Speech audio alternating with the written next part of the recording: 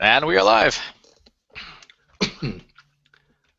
Good morning. Welcome to Marketing Over Coffee. I'm John Wall. I'm Christopher Penn.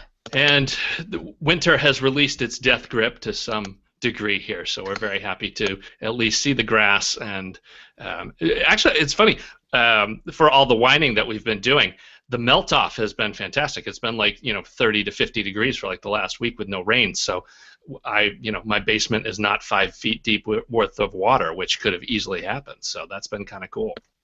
Yeah, no, you can see ground and can park now. Yeah. I was downtown. It was amazing to see that, finally some of those cars that have been snowed in since November they're able to pull them out of the muck and mire. So back in business and up and running. So the huge news right out of the gate. The biggest thing is there is only one PR agency on Earth that is Google Analytics certified, and you have the inside story on that. We do. We announced this week that we are a Google Analytics certified partner. Google actually discourages people from using the words first, best, unique, or only, although factually is true in this case. The reason for that is because there are a lot of agencies, like interactive and digital agencies, that are also partners, and just being sensitive to the fact that some of them do have PR capabilities. To our knowledge, we are the first PR agency, in the sense that we are a PR agency first and foremost. So it was a 2-year process to embark on this road, this fun road, where we had to do case studies with clients to actually do the work and generate case studies. And what's interesting is that it wasn't just like, go use Google Analytics with clients. Like the application was show us advanced use cases, like deploy Tag Manager for multiple scenarios of conversion tracking, develop your own attribution model for ROI analysis and stuff. So it's not lightweight stuff. Oh, doing your own attribution model. That's true, because I hadn't thought of that. That's not baked in. You have to do that on your own side of the fence. So that's interesting. Yep, and had to have certified professionals on staff. So people had to take the exam, pass the exam, and the exam's not easy. It's 70 questions in 90 minutes. You must have an 80% to pass, and like when you're taking the test, you can't go back. Like once you answer a question, you're done with that question. Oh, that's interesting. Yeah, because advanced test taking strategy is, blow through all the easy ones and then go back and do the hard ones as time allows. But so if you're forced down the channel, that's interesting. So there, a little more gamesmanship. Of all places to expect not to be fooled by cheesy test taking strategies, Google would be right at the top of the list for that. Exactly. And then we had to go out to Mountain View and make the case to the team out there about why we should be a partner. So walk through our case studies, explain the decisions we made. So it took a while, but we completed it in February and just waited until things quieted down so that we could make the announcement. Yeah, right. Let South by and TED and all these things kind of wind down so you can get some open press. So yeah, it's funny, like you said, isn't it amazing how in the corporate kind of world of like all partners are equal and all that, but anyone who's done marketing and most especially biz dev for a while knows that there's a whole spectrum of partners, from people you would kill if no one would find out about it to people you would trust with your children. I mean, it is amazing how it totally runs the spectrum, and the business profitability of the relationship has nothing to do with it. There are partners that just seem like it's the dream partnership for you and it's hell behind, but that's more stories for over a drink than to be shared on even too rough even for a podcast. So how about one more thing. So what do you guys want to see out of this? What do you take advantage of it? Like, what's the big benefit for you? So if you ever worked with Google Analytics, there's not a whole lot of technical support built into the application. If something goes wrong, for example, partners are given access to an engineering team and a development team. So I'll give you an example. We have one client that they had a web development firm set up everything, and the web development firm vanished, including taking administrative access to the Google Analytics account with them. And so it was like some fly-by-night Romanian company. So they're like, yeah, we can look at our analytics, but we can't do anything about it. We can't change the features or stuff. So now with this partnership, we can go straight to the folks on the inside and say, hey, here's the client. Prove that they are who they say they are. Provide all the references and stuff, and then get their access restored. Yeah. Okay. So that's huge. You have a human voice on the other side, which is pretty much the #1 complaint about SEO and analytics and all that stuff there. So that's cool. That's excellent. Congratulations to you guys for that. That's a big deal. Thank you. Yeah, the other thing we get is more training, lots and lots more training. Oh yeah, sure. You get first crack at everything as it comes down the pipe. No, that's excellent. All right, and so other news too. You had a story talking about doorway page penalty, something going on the SEO front. So on the SEO front, Google announced that they are going to be cracking down on doorway pages. So if you're not familiar with the doorway page, it's basically it's like a keyword optimized squeeze page. So let's say you have like a Event Heroes website, right? So you'd have digital event management, and you have 28 different pages. Digital event management for this, and and digital online event management, and internet event management. And basically, they're valueless pages, right? You're just trying to take advantage of a very specific narrow keyword to try and squeeze traffic in. So Google is saying their algorithm is about to adapt itself to those things and knock out those pages. So if you have done things in the past, like say, scrape Wikipedia and put it on your website just for the traffic, you are in for a rough ride. Yeah, because it's plain, even to my small human brain. If you've got the sitemap, you can easily see what looks like an upside down tree route, with 20,000 pages funneling to one. So it's easy as all to spot. So obviously, once they slam people's fingers in the door with that, I'm sure we'll hear the yells quickly. Exactly. Now, it's important they do specify in the quality guidelines what doorway pages are and how they differ from landing pages. Landing pages are okay as long as they're relevant, right, and they provide some value. Whereas doorway pages, you also see this a lot with people like buying domain names, just like buying single-page domains and stuff. So it's the tests they're looking for are substantially similar pages. So if you've got just a keyword change from page to page to page, you're going to get hit. Yeah, it's just the obvious. You make 50 copies of your homepage and you're changing the H1 titles on all of them, and maybe the one-click box to make it specific for an industry. Yeah, that's the classic play with that. So, well, it'll be interesting to see where they kind of draw the line. Is having 2 or 3 pages with some unique content good, and are they only going to spank the people that are doing 1,000-page things, or how hard will they squeeze? That'll be interesting to watch. Yep. All right, well, if you want to accelerate key elements of your sales and marketing processes by securely signing with Nitro Cloud on any computer, phone, or tablet, I always hit that one wrong. I want to do that again. You can accelerate key elements of your sales and marketing processes by securely e-signing with Nitro Cloud on any computer, phone, or tablet. Whether you manage invoices, quotes, purchase orders, or contract approvals, replace the friction of time-consuming paper-based processes like printing, scanning, and faxing with Nitro Cloud e-signatures. It lets your teams fast-track sales agreements, respond to questions or requests in real time, and ultimately delight your customers by making it easy to do business with you. You can sign up for a free team demo of Nitro Cloud at www.gonitro.com/MOC. If you do, you'll be entered to win a free pair of Bose QC25 noise-canceling headphones, a favorite of ours over here. So we'd like to thank Nitro Cloud for their Q1 sponsorship. It's been great to have them on board, and we will be announcing a brand new sponsor for Q2 coming on soon, but for now, check out Nitro Cloud. It's fantastic. I actually had used it with Sean when we were doing the deal. Ran all the paperwork through electronically, and it takes all the headache out of passing around contracts and getting things signed and all those headaches. And it's not as much taking the pain. Well, taking the pain for the customer is huge, but the better half is, as anybody at the end of the quarter knows, being able to report on where all these agreements are and who signed what is huge. So giving you visibility into where your deal really is almost priceless, depending on the kind of beatings that your sales VP lays down on you. Yeah, more like, hey, I can't find anything.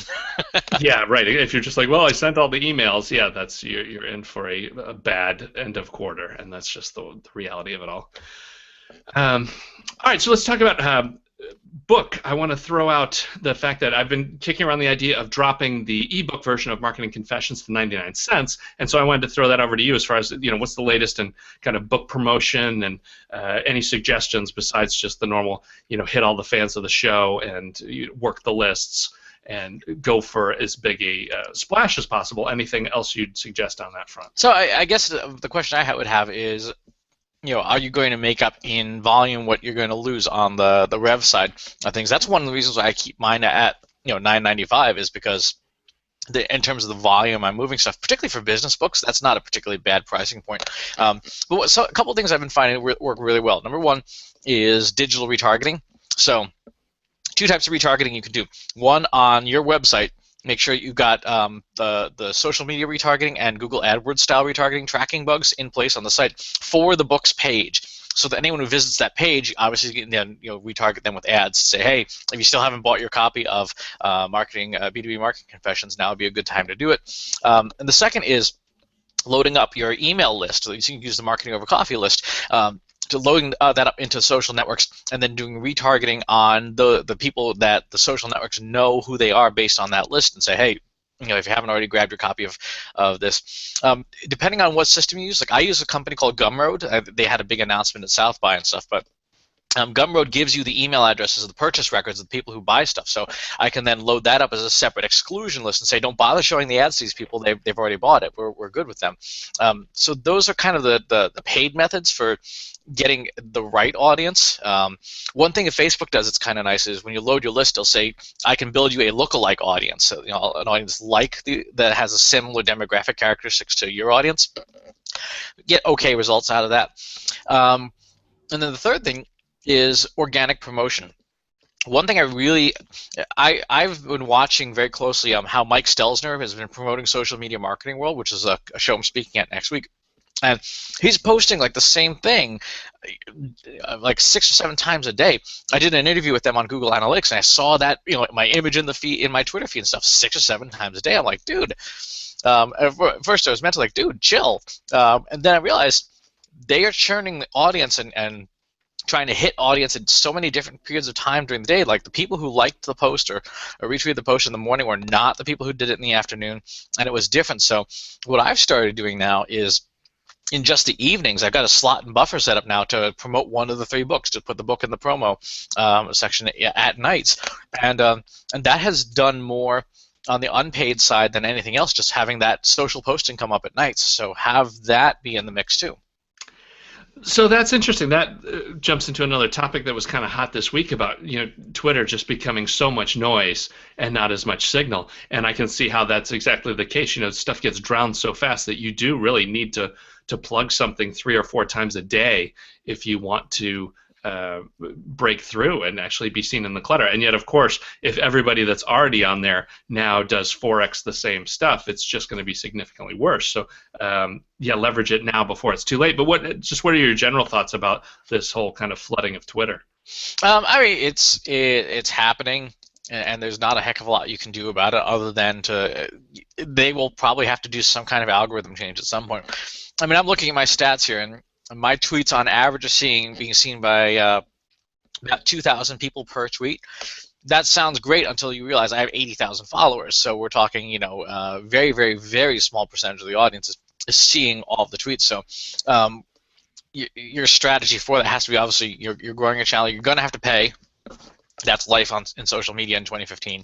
And you have to get really good at influencer outreach to get people to say, hey, would you share this? And have some back channel stuff going. The one thing I've seen be really effective for people is having a sort of like a private closed Facebook group where people coordinate behind the scenes, like, hey, I'm throwing this out on the 20th. Can you guys all give it a boost? And then obviously everyone in the group agrees to participate that way. Yeah, having a roundtable like that where everybody you set up 10 slots during the week and everybody gets 1 slot and you all work each other's stuff. That's kind of been the hidden victory dance for so much stuff for a lot. It just keeps targeting a different network. It keeps running along and moving up to the next toy. So yeah, it will be interesting to see if Twitter goes the Facebook route of just throttling. Using the algorithm to just choke certain stuff off, and they definitely have the data to do it. So yeah, I wouldn't be surprised at all if it goes that route. Let's see. All right, so talking about podcasting, we might as well go inside baseball. We rarely do, actually. We try and do no show about the show, but we had a bunch of stuff. You actually had a 5-post set about marketing a podcast. What was the impetus for throwing that out? Because it needed a refresh, right? I think you mentioned that. It needed a refresh. So I first did it as an actual presentation in 2011, and there's kind of a mind map that goes with it. And then I realized, over time, this thing continues to need to be refreshed and refreshed. And this time around, I'm just going to start writing about some of the pieces. It's a huge, gigantic universe, but the big thing is that podcasters, as a rule, and you've seen this in the podcasting groups on Facebook, people spend so much time about the technology of the show, like what microphone should I be using for this and this, and they spend no time marketing the show, which it's your podcast is a separate product. I mean, what have you seen in the podcasting groups? Yeah, oh no, I joke about that all the time. There's, 25 posts in a row about, oh, what microphone, what USB mic am I using, or, how do I get this posted? What's wrong with my feed? And there's not a single post about how good is this content? Would people ever actually want to share this? And I guess that the low end of the spectrum are the people saying, hey, what should my podcast be about? I mean, just completely hopeless. That's basically the podcast equivalent of roadkill. So yeah, people pay no attention.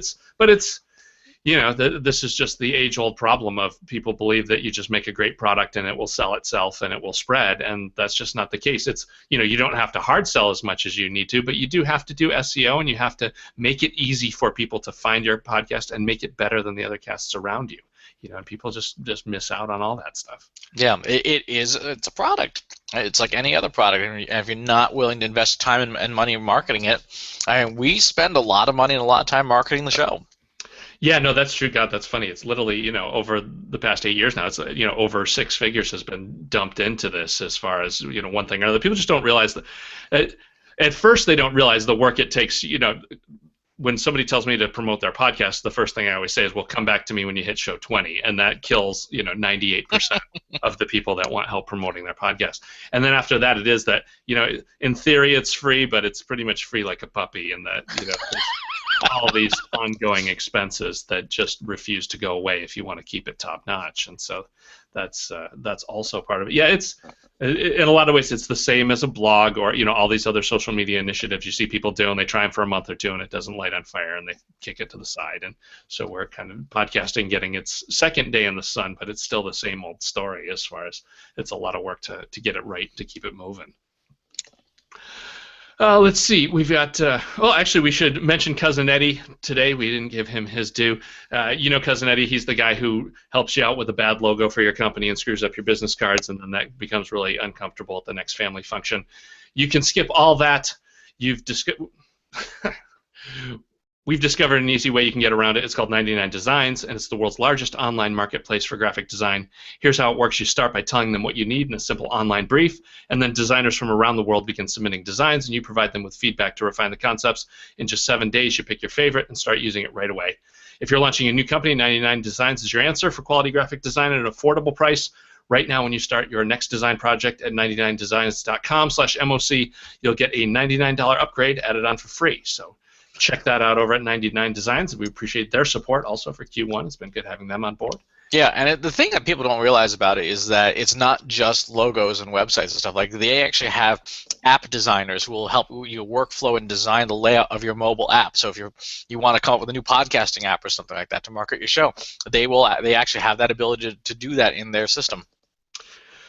That's cool. Yeah, just a great way to skeleton diagram, or just kind of get one foot out there and have something to kick around at a really affordable price. You don't have to do a 1 month project. You can kind of get something together so that you can beat on it and get it to where it needs to be quickly, and just a nice tool to have in the tool belt. So all right, I had an email come in, Daniel Johnson Jr. We had mentioned all the if this then that recipes, some crazy stuff as far as the guy that wrote the article is actually talking about how when he pulls his car into the office at work and turns the ignition off, that actually fires up if this then that, and it boots his machine and gets his email ready. That kind of 10 minutes of warm-up stuff just starts happening as soon as he shuts off the car. But you mentioned that you use it for audio dictation, and Daniel specifically was asking what recipes do you use for that? So that's a real simple recipe. I wire the do button to Evernote to start a new note to be sent to Evernote. I hit the voice dictation button when you do, and you just start talking to your phone, and then it transcribes it live on screen, and then beams the text straight into Evernote. So it's really helpful. But you can beam anything you can do on if this then that in the recipe section on the website. You can wire to that button on your mobile phone. Just hit the button, and you are off and running. Yeah, so the do button is the magic there, and then of course you're just taking advantage of the dictation button. That's all right. Yeah, it's funny upgrading from the 4S to the 6. The dictation is vastly improved. It used to be that you would talk and then you would sit there and watch and confirm that it fired out, but now it's actually real-time dictation. It does a decent job. Yeah, I use it all the time now because it's just the easiest way to take notes. Yep, it's get some thoughts, especially when you're in the car. For God's sake, to stop typing when you're driving. Just yell it out and clean it up later. It works perfectly. Exactly. Just a random thing too. We were talking about spocking $5 bills in the last show we were on, and it was funny. I had that show graphic and I fired it up in Photoshop, and I really wasn't able to open it. So I don't know what the. It's funny. There's actually file monitoring going on when the thing opens up, so that anything involving currency gets stiff-armed. So they have managed to find a way to protect it on the fly. And since it's all in the cloud, you really have no recourse. That was kind of what surprised me. It wasn't like I could disconnect my machine from the internet and make it work. It was completely locked out. So, but it's right. There's been rumors of that stuff for. I mean, I even remember 10 or 15 years ago, there were printer drivers that were doing some weird stuff that Microsoft wouldn't comment on where they came from or what they do. So. Yep. Yeah. There's printer drivers in almost every color printer that blocks the ability to print out currency that is within the dimensions of actual currency. Photoshop has algorithms that detect most currencies and will not let you load or edit them if they're. I think you can load it if it is very obviously a very different size, or if it's partial, like if a certain part of the is obscured. I think that part works, but you test it out. I mean, you can actually download and find image files on the web of various currencies and stuff. So give it a try. Tell us if you run into anything fun, but don't call us if the FBI battering rams your front door and drags you out and takes all your machines, because that stuff does happen. And don't have any part of that. Don't blame us if you run into that. All right, I'll mention the LinkedIn group. If you're not a member over there, you should stop by. We've got nearly 6,000 members now and over 300 blocked, so you know that the quality is there. The spam gets a regular hammering. Come and check us out over there. And, of course, sign up for the newsletter. You don't need to sit and be typing in links or notes as you drive around in your car. You can just get the email once a week, and we will send you a link to all this stuff that we talk about, the top stories. So you mentioned social media marketing world. How about the rest of the road trips for you? I've got a couple more private gigs coming up at the end of the month and into next month, stuff that's not public. And then I think it's after that. I'm not sure, but I think it's going to start to get a little bit quiet for a little while. All right, so it'll be a little easier for the early spring. I've got April 9th, Salesforce is doing an event in Boston on Thursday, so I'm going to get some people together for that. If you'll be around, give me a yell. We'd love to catch up with you. And I think that'll do it for this week. So until next week, enjoy the coffee. Enjoy the coffee.